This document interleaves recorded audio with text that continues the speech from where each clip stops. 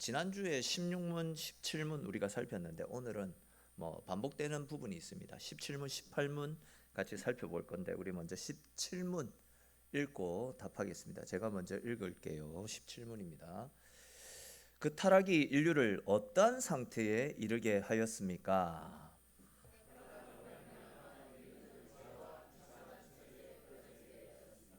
아멘. 자, 오전에 제가 말씀드렸던 내용인데 18세기 중반에 영국에서 시작되어진 그 산업혁명은 기술의 발달, 과학의 발달, 또 산업의 발달을 가져오면서 유럽 사회를 급속도로 성장시켜 놓았습니다. 그렇게 이제 사회가 성장하면서 부와 평안을 누리는 세상이 찾아오다 보니까 학자들 사이에서는 인간의 본성과 관련해서 다음과 같은 낙관적인 주장을 하면서 또 그 주장이 힘을 얻기 시작했는데 우리 앞에 화면 보면서 같이 한번 그 내용이 어떤 내용인지 한번 읽어봅시다. 우리 같이 읽겠습니다. 시작. 과학과 기술이 진보하고 발달하니 세상은 계속 좋아질 것이다.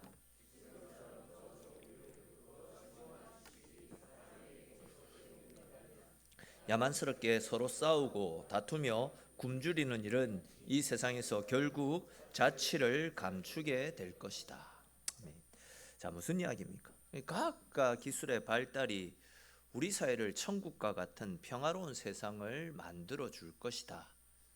그런 주장들 아닙니까? 이런 주장이 사회학자들 사이에서 흘러나왔었는데 안타깝게도 이 신학자들, 목회자들 사이에서도 이런 사회학자들의 영향을 받아서 성경적 가르침을 무시한 채 기술과 산업의 발달은 이 땅 가운데 천국과 같은 살기 좋은 세상을 실현시켜 줄 것이다. 이런 주장에 함께 동조하는 분위기가 신학자들 사이에서도 목회자들 사이에서도 일어나게 되었다라는 거죠. 당시 유럽 사회는 온통 이런 기대감을 가지고 더욱더 철저하게 과학 기술, 산업 기술의 발달을 위해서 갖은 노력들을 다 기울였습니다. 다시 말해서 과학과 기술, 산업이 발전해서 우리의 삶이 부유해지게 되면 모두가 행복하고 평화롭게 잘 살 수 있을 것이니까 우리가 더욱더 열심을 내어서 과학과 산업의 발달을 위해서 매진하자. 이런 분위기들이 유럽 사회 전반에 퍼져나가고 있었다라는 거죠. 근데 이제 이런 인간의 기대와 소망을 단번에 무너뜨리는 사건이 하나 발생했습니다. 어떤 사건일까요? 어떤 사건이 이런 인간의 잘못된 욕망에 채찍을 가했을까요? 그렇죠. 세계대전, 세계 1차 대전. 기술의 발달로 만들어진 기관총과 최신식 하포들은 순식간에 세계의 생명을 빼앗아갖고 수많은 사람들을 불구로 만들었고 수많은 사람들을 거리로 내몰았습니다. 수많은 사람들의 기대와 노력으로 교육과 예술, 문화와 과학이 그렇게 진보했는데도 유럽에 일어났던 인간의 욕심 속에 있었던 다른 것들을 짓밟아서라도 내 것을 만들어야 되겠다라는 인간 속에 있는 그런 욕심, 근본적인 욕심을 막아내지 못했다는 거죠. 근데 참 인간이 어리석고 악하게도 그런 대참사를 겪었으면서도 오랫동안 붙들고 살아왔던 그 사고를, 즉 기술과 산업의 발달이 우리를 평안과 안녕으로 이끈다라는 그런 어리석음들을 완전히 버리지 못하게 만들었습니다. 그만큼 악하다라는 거죠. 그런 가운데 또 어떤 사건이 또 발생했습니까? 2차 세계대전.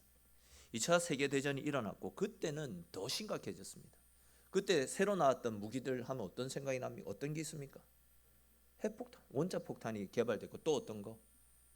대량 살상무기, 화학용 대량 살상무기가 등장해가지고 1차 세계대전 때보다 더 많은 생명과 더 많은 재산상의 피해를 발생시키지 않았습니까? 이런 일들을 연속해서 겪으면서 사람들의 마음에는 깊은 절망과 함께 지난날 가졌던 그런 낙관론적인 생각들이 얼마나 어리석고 무서운 것이었는지를 깨닫게 되었던 겁니다. 그와 더불어서 지금껏 천대하고 멸시했던 기독교인들이 주장했던 인간의 전적 타락 교리에도 귀를 기울이고 그 교리를 인정하려고 하는 움직임들이 조금씩 생겨나기 시작했습니다. 근데 이제 안타깝게도 우리 인간은 당장 화를 당하면 정신을 조금 차리지만 시간이 지나면 금방 잊어버리지 않습니까?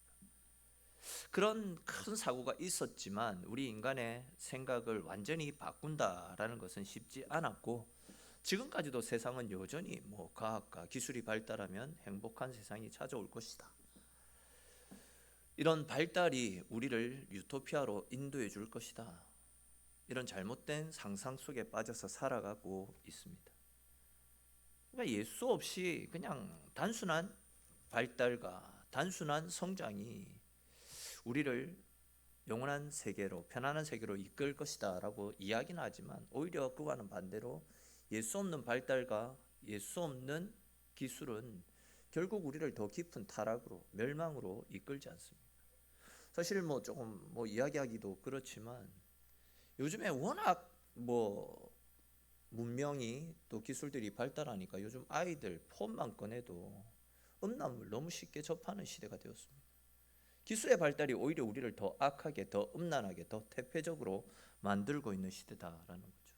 근데 오늘 우리가 읽은 마태복음 15장 19절 말씀은 짧지만 우리 인간의 실상이 어떠한지, 우리가 과연 편해지면 진짜 천국을 만들 수 있는 그런 존재인지, 우리의 실상을 정확하게 설명하는 말씀인데, 예수님께서는 문제의 근원이 외적인 것에 있지 않고 타락한 사람의 본성, 우리의 타락한 마음 가운데 문제의 본질이 있다라고 말씀하고 있습니다. 즉 우리 인간 사이에 생겨나는 문제의 근본은 우리가 타락했기 때문에, 우리가 본성적으로 타락한 존재이기 때문에 이런 문제가 일어나고 있다, 분명히 이야기하고 있습니다.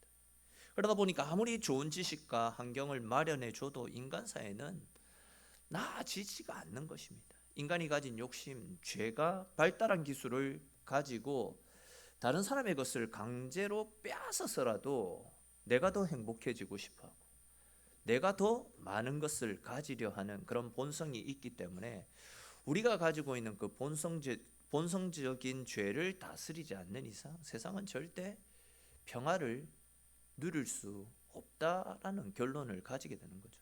조금 다른 관점에서 말씀을 드리면, 타락한 인간의 본성을 치유하고 다스려야 되는데, 그것이 가장 시급한 문제인데 그것에는 전혀 관심 없고, 엉뚱한 곳에서 문제의 원인을 찾고 엉뚱한 곳에서 답을 얻으려고 하다 보니까 그렇게 과학이 발달하고 세상살이가 편리해지고 있는 가운데 있지만, 세상은 갈수록 악해지고 문란해지고 도덕적으로 걷잡을 수 없을 만큼 타락한 세상으로 바뀌고 있는 것 아니겠습니까? 성경은 줄기차게 문제의 원인은 다른 곳에 있다, 이렇게 이야기하고 있고, 그렇기 때문에 우리에게 하나님을 가까이 하고 하나님 앞에 바로 서는 것이 우리에게 복이다, 그렇게 할 때에 우리에게 진짜 평화와 안녕이 찾아올 것임을 성경은 계속해서 말씀하고 있지 않습니까?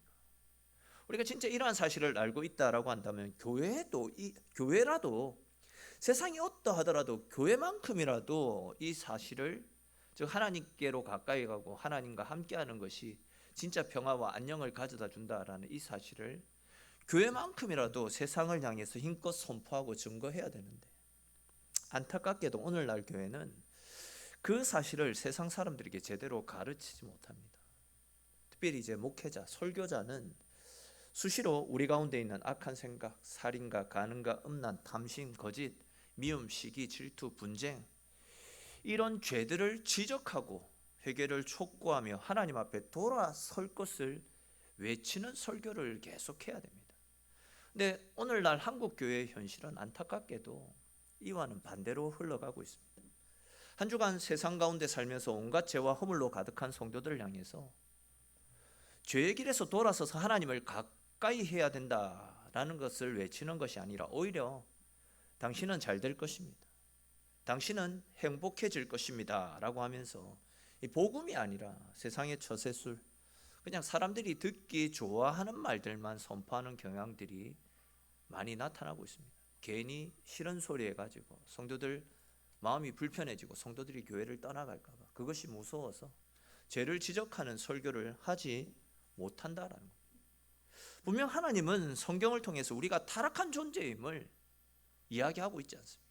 타락한 존재이기 때문에 죄의 길에서 돌아서서 하나님을 찾아야지만 우리가 살 수 있다 계속해서 말씀을 하시거든요. 성경을 보십시오.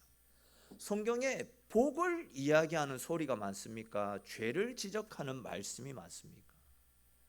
죄의 길에서 돌아설 것을 촉구하는, 우리를 향해서 너는 죄인이기에 돌아서라 라고 말씀하시는 것이 성경에 훨씬 더 많이 기록되어져 있습니다. 왜 그렇습니까? 우리가 죄인임을 알고 하나님을 찾는 것이, 우리의 죄를 하나님께로 가지고 나와서 죄 사함을 받고 아무런 흠 없이 하나님 앞에 서는 것이 우리가 사는 길이고, 그것이 진짜 우리 인생에 유익하고 복된 길이기 때문에 하나님은 듣기가 싫을 정도로, 기가 따가울 정도로 계속해서 죄의 길에서 돌아서라, 죄의 길에서 돌아서라, 계속해서 그 말씀을 하는 것입니다. 그것이 우리를 향한 하나님의 뜻인데도 하나님의 뜻을 전한다고 하는 목사들이 이 성도들의 눈치를 살핀다고 하나님의 뜻보다도 그냥 사람의 마음을 기쁘게 해주고 사람을 즐겁게 해주는 설교를 하고 있으니까, 다시 말해서 교회에서도 죄를 지적하고 죄의 길에서 돌아서라, 그것이 평안이고 안녕이다 라고 외치지 못하고 있는데, 교회 내에서도 복음이 복음으로 자리 잡고 있지 못한데 어떻게 세상을 향해서 복음을 전하고 죄의 길에서 돌아설 것을 외칠 수 있겠습니까? 근데 여러분, 계속 말씀드렸듯이 교회의 본질은 하나님의 십자가의 복음을 선포하는 것, 우리가 죄인임을 이야기하며 그 죄에서 돌아서서 주님을 찾아야 될 것을 외치는 것, 그것이 교회의 본질 아니겠습니까? 교회는 사람의 본성이 얼마나 타락한 존재인지를 지속적으로 가르쳐야 됩니다. 높아진 자기의 마음을 따라 하나님께 등을 돌리고 그분의 말씀을 멸시하는 악한 본성을 지니고 있는 존재가 바로 우리다라는 사실을 우리 스스로가 깨닫고 그 사실을 속히 세상을 향해서 선포할 수 있어야 된다라는 겁니다. 아무리 과학이, 교육이 발전하고 지식 수준이 높아져도, 문화가 발달한다 할지라도 타락한 우리의 본성이 변하지 않는다라고 한다면 세상은 절대 바뀌지 않는 것입니다. 진짜 우리가 평화로운 세상, 염려, 근심, 걱정이 없는 살기 좋은 세상을 원한다라고 한다면 타락한 우리의 본성이 하나님을 만나고 죄의 길에서 돌아서고 하나님과 함께하는 삶을 살 수 있어야 됩니다. 그렇기 때문에 교회는 세상의 모든 근본적인 원인은 사람의 본성의 타락함에 있다라고 외쳐야 되고, 그런 우리를 위해서 예수님이 이 땅에 오셨기에 그 예수님을 찾고 예수님 앞으로 나아가 우리의 죄를 사함받고 주님 뜻대로 살아가야 된다, 이런 복음의 핵심을 계속해서 선포하고 우리 스스로도 그 말씀대로 살기 위한 몸부림을 칠 수 있어야 된다는 거죠. 교회가 세상에 존재하는 목적이 바로 이것 아닙니까? 교회는 타락한 죄인들을 의롭게 하는 곳입니다. 근데 교회가 이 중요한 사역은 뒤로 제쳐놓은 채 엉뚱한 일에 힘을 기울이고 있다라고 한다면 어떻게 그 교회를 주님의 교회라고 말할 수 있겠습니까?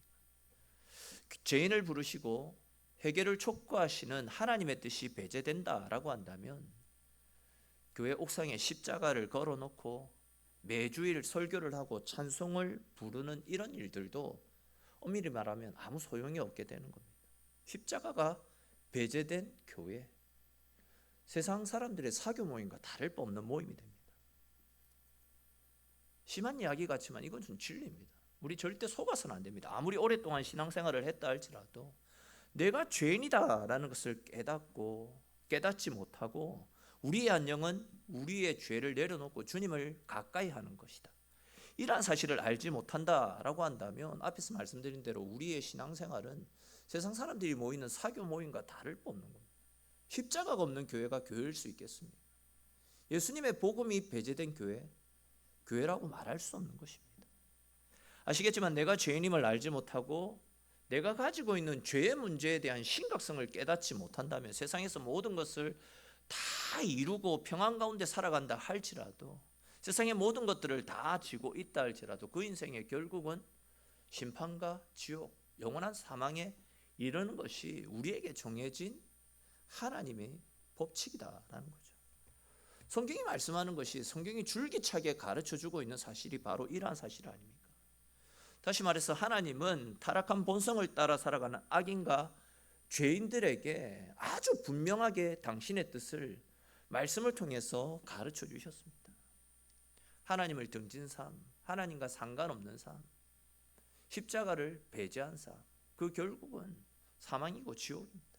즉 악인과 죄인들에게는 영원한 죽음과 지옥이 뒤따르게 될 것임을 성경이 말씀하고 있는 주요한 사실 아닙니까? 물론 하나님은 우리가 이 땅 가운데 사는 동안에 정부라든지 법, 또 윤리, 도덕 이런 것들을 통해서 그나마 우리 속에 있는 죄의 본성들을 통제하셨지만 이런 것들이 우리가 가진 죄의 본성들을 완전히 컨트롤할 수는 없습니다. 우리 속에 있는 죄의 본성을 완전히 뿌리 뽑고 죄로부터 자유하기 위해서는 우리의 유일한 구원자가 되시는 예수 그리스도로 옷 입고 예수 그리스도로 새 사람을 입어야지만 그 일이 가능하다라는 거죠. 우리 소요리문답 18문을 다시 한번 읽어봅시다. 18문 제가 읽으면 답하시면 되겠습니다. 18문입니다. 사람이 타락하여 빠지게 된 상태의 죄성은 어떻게 나타납니까?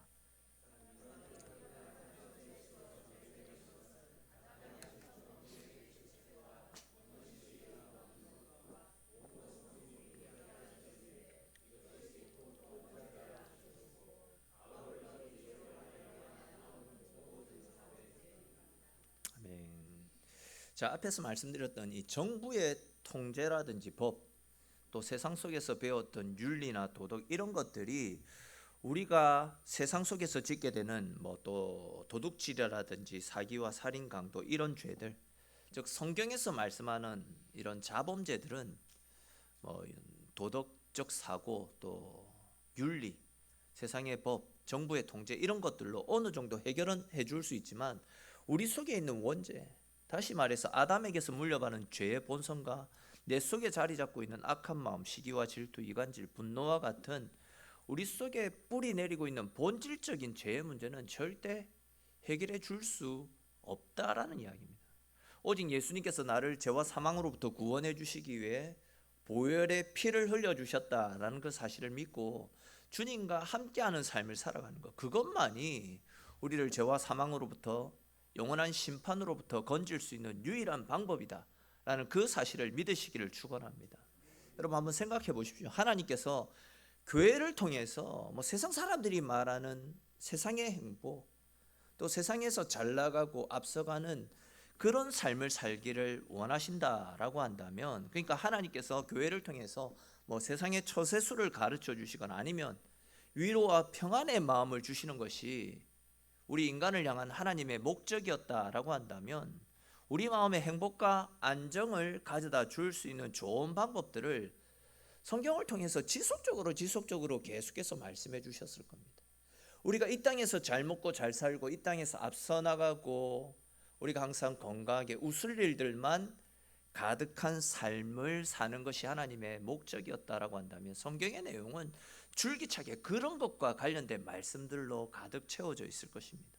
근데 제가 몇 번이나 말씀드렸던 것처럼 금세기 최고의 설교자 중 하나인 찰스 스윈들 목사님이 이런 이야기를 했습니다.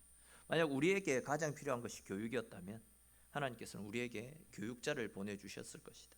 만약 우리에게 가장 필요한 것이 기술이었다면 하나님은 반드시 우리에게 최고의 과학자를 보내주셨을 것이다. 만약 우리에게 가장 필요한 것이 돈이었다면 하나님은 최고의 경제학자를 보내주셨을 것이고, 우리에게 가장 필요한 것이 쾌락과 웃음이었다면 우리를 즐겁게 하고 유쾌하게 만들 수 있는 최고의 코미디언을 보내주셨을 것이다. 근데 하나님께서는 우리에게 가장 필요한 것이 우리가 가지고 있는 죄의 문제를 해결하고 하나님과의 관계를 회복하는 것이기 때문에 우리에게 중보자요 화목 제물이 되어주신 예수 그리스도, 당신의 독생자를 보내주신 것이다 라고 이야기를 하지 않았습니까? 여러분 그렇지 않습니까? 예수님의 손과 발에는 커다란 못이 박혔고 채찍질로 인해서 찢겨나간 살점과 그 찢겨진 살점 사이에는 피와 온갖 고름들이 계속 흘러나왔을 것입니다. 자, 성경이 우리에게 말씀하고자 하는 것이 우리의 평안과 이 땅에서 잘 먹고 잘 사는 그런 세상적 가르침을 가져다 주는 것이 성경의 목적이었다라고 한다면 이런 비참한 모습을, 이런 끔찍한 모습을 성경에서 왜 기록했겠습니까? 그만큼 우리가 가지고 있는 죄라는 것이 끔찍하고 심각하다라는 것을 가르쳐 주시기 위해서 이런 끔찍한 장면들을 성경에 여과 없이 다 기록하고 있는 것 아니겠습니까? 계속 말씀드리고 있듯이 우리 인간 속에는 타락한 본성이 있습니다. 이 사실을 깊이 자각하고 경계하며 살아가야 됩니다. 하나님의 말씀으로 수시로 내 속사람을 살피고 기도를 통해서 하나님의 능력을 힘입어서 제약된 우리의 본성이 우리의 사고와 정서와 행동에 아무런 영향을 끼치지 못하도록 철저하게 말씀과 기도로서 우리 속에 꿈틀거리고 있는 죄를 봉인한 채 하나님께 지배된 삶을 살 수 있어야 됩니다. 조엘 오스틴이라고 하는 긍정의 생각이라는 책을 기록한 그 목사님을 알고 계실 것이다 생각합니다. 조엘 오스틴 목사님은 긍정적이고 낙관적인 생각을 가지고 살아가야 된다, 계속 그렇게 주장을 합니다. 그분이 기록한 잘 되는 나 이 책을 보게 되면 부정적인 생각이나 내 자존심을 상하게 만드는 일은 내 스스로에게 죄를 짓는 것이기 때문에 절대 그렇게 하지 말라, 그렇게 주장을 합니다. 물론 이분의 주장대로 하나님의 백성들은 긍정적인 사고, 높은 자존감을 가지고 살아가야 됩니다. 그런데 한번 우리가 생각해 볼 문제가 있습니다. 우리를 향해서 성경은 줄기차게 죄인이라고 말씀하고 죄에 대한 비참함을 알고 그 죄와 맞서 싸우라 라는 하나님의 말씀은 철저하게 배제가 되어진 긍정적인 사고와 자존감은 잘못된 가르침이다라는 거죠. 지금까지 계속해서 말씀드리고 있듯이 성경은 철저하게 우리를 향해서 죄인이라고 합니다. 주의 은혜가 없으면 용서받지 못할 죄인이라고 분명히 이야기하고 있지 않습니까?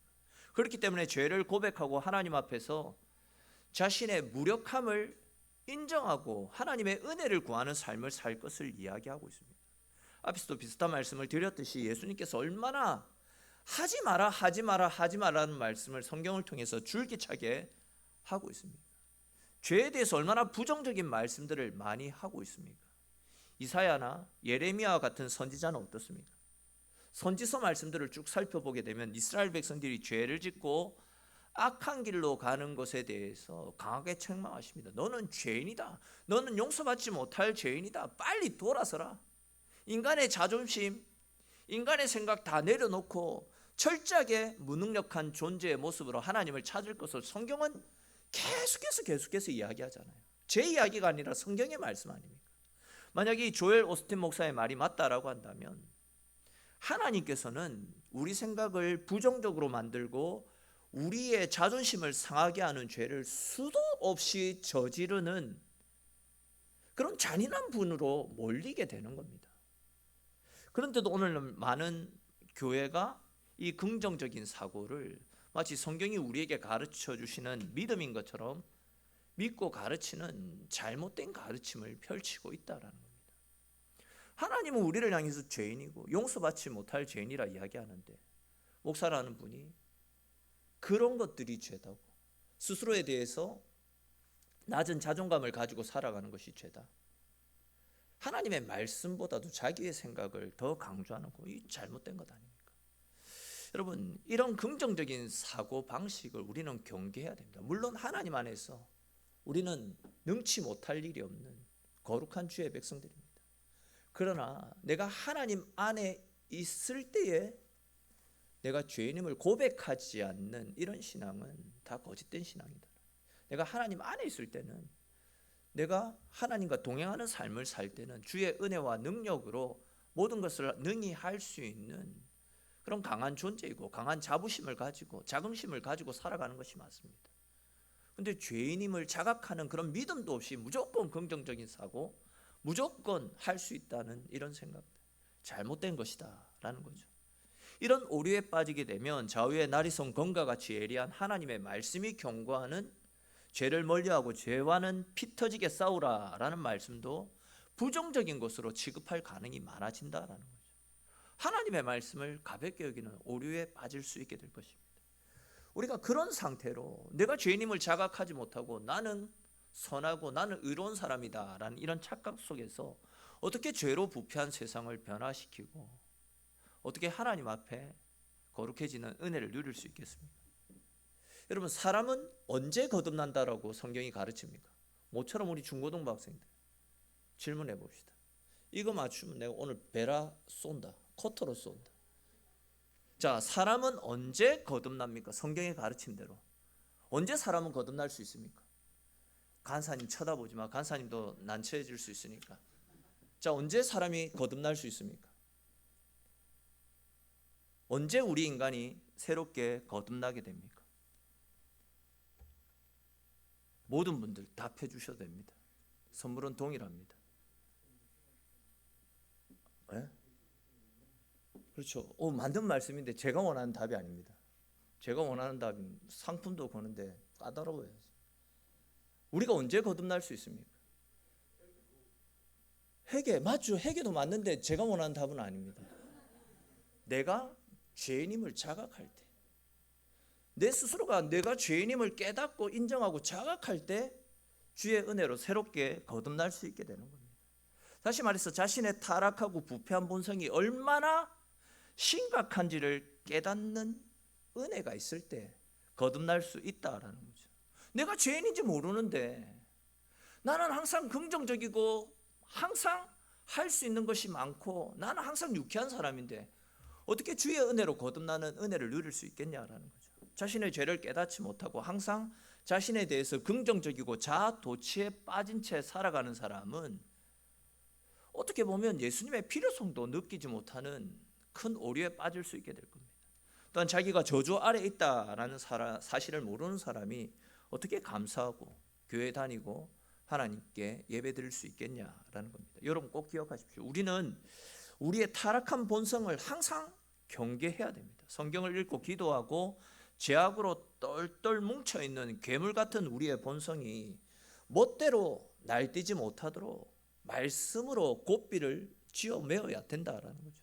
또한 수시로 말씀의 울타리 안에 머물면서 그리스도 안에서 하나님과 교제하는 거룩한 삶을 살아갈 수 있어야 됩니다. 그렇게 하지 않으면 아담의 때부터 묻어있는 우리 속에 있는 타락한 본성은 우리의 생각, 정서, 우리의 사고들을 지배해가지고 우리를 그냥 짐승처럼 그냥 타락한 존재로 그렇게 변화시켜 나가는 것이죠. 온갖 죄를 지으며 하나님의 진노를 부르는 자리로 다시금 돌아갈 수밖에 없습니다. 그것이 우리의 본성이다라는 겁니다. 이게 사실인지 아닌지는 잘 모르겠지만 지금 러시아가 대선을 앞두고 있는 상황에서 그 야당 유력한 그 총재가 그 감옥에서 죽었다라고 하지 않습니까? 많은 분들은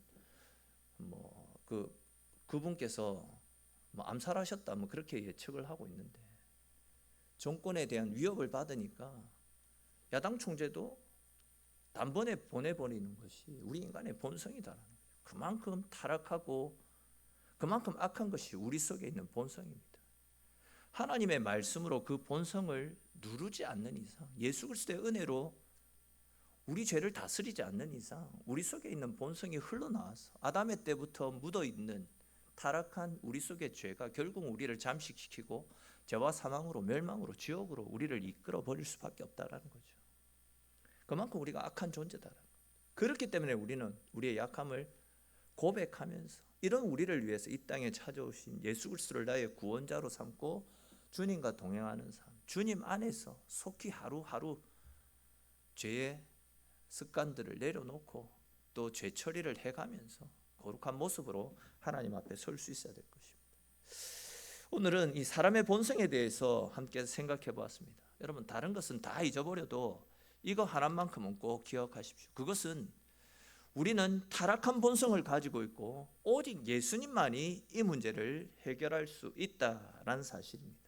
즉 예수님께서 죄로 인해서 죽어 마땅한 우리를 살려주시기 위해서 우리의 죄를 다 짊어지시고 십자가에서 대신 죽어주셨습니다. 예수님의 죽으심이 나를 위한 죽으심을 믿고 그 죽으심을 따를 때에 그 주님을 따를 때에 우리는 죄와 사망, 영원한 심판으로부터 건진받을 수 있게 될 것입니다. 우리를 위한 대속의 죽음을 당해주신 예수님은 우리들이 날마다 하나님의 말씀으로 자신을 쳐서 복종시키며 주님을 따르는 삶을 살기를 원하십니다. 즉 나는 죽고 예수로 인해 살아가는, 주님과 동행하는 삶을 살기를 원하십니다. 뿐만 아니라 우리가 날마다 기도하면서 세상의 정욕을 이기고 날마다 그리스도와 동행하며 하나님의 거룩하심을 사모하는 마음으로 주님과 함께하는 삶을 살기를 원하십니다. 이것이 바로 우리들이 한 주간 살면서 힘써야 되고 끝까지 싸워야 되는 우리의 삶의 모습입니다. 이러한 삶이 우리를 향하신 주의 뜻임을 다시금 기억하면서 이번 한 주 내내 이런 일에 열심을 내어서 타락한 죄의 본성에 따라 움직이는 우리의 삶이 아니라 참된 신앙, 거룩한 삶을 살아가시는, 그리하여서 우리의 삶을 통해서 하나님께 영광 돌리는 저와 여러분들의 삶이 될 수 있기를 주님의 이름으로 축원합니다. 우리 오늘 주신 말씀들을 생각하면서